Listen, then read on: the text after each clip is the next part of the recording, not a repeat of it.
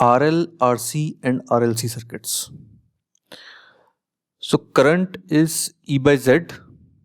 We have already seen this is E naught at angle 0 by Z naught angle phi, where phi is tan inverse XL minus XC by R. So this gives current is E naught by Z naught angle minus phi. So we are going to use this and we are going to calculate the current for the more complicated circuits like this. So in each of the circuits, let's say we are passing this current E naught and we need to find what will be the current. So first case RL. So here Z bar, Z phasor is magnitude, which is root R square plus XL square. So we have already seen this before, into tan inverse angle tan inverse XL by R. So this is a general formula actually.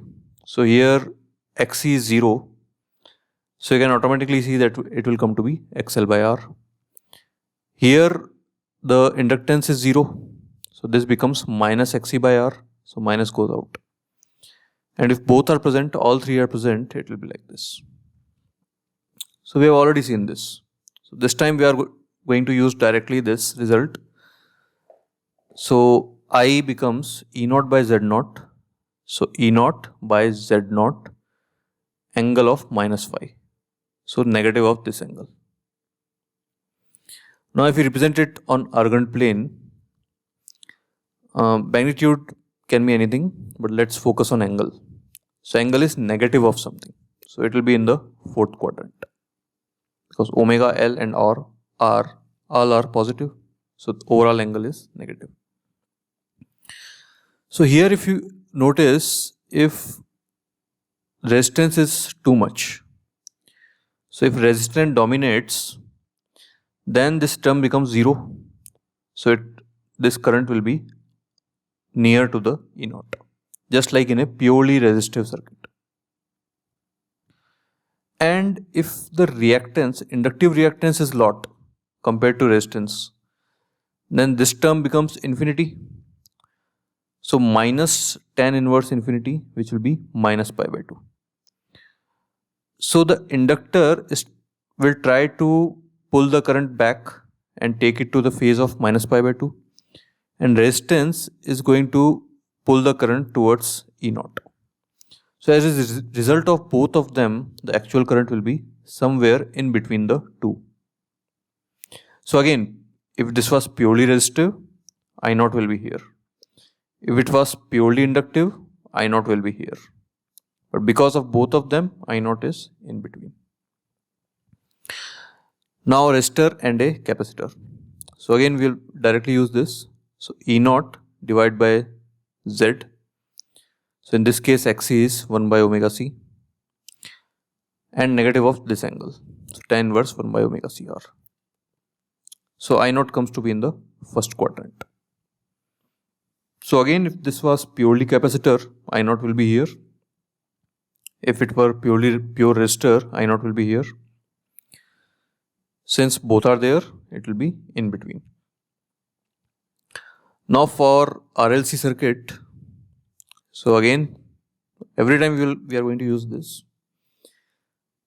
So current is E naught by magnitude, which is this, times negative of this angle. So here we are assuming that omega L is less than 1 by omega C. So in this particular diagram we are assuming. So if omega L is less, this whole term becomes negative, negative and negative becomes positive, so this angle becomes positive. So this will be in first quadrant if omega L is less than 1 by omega C, which is this diagram. It will be in fourth quadrant if omega L is greater than 1 by omega C.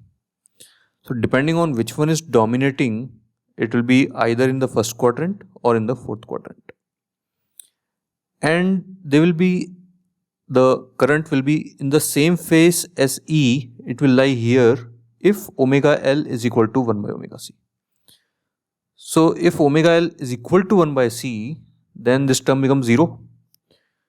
So current will be in the same phase as E naught.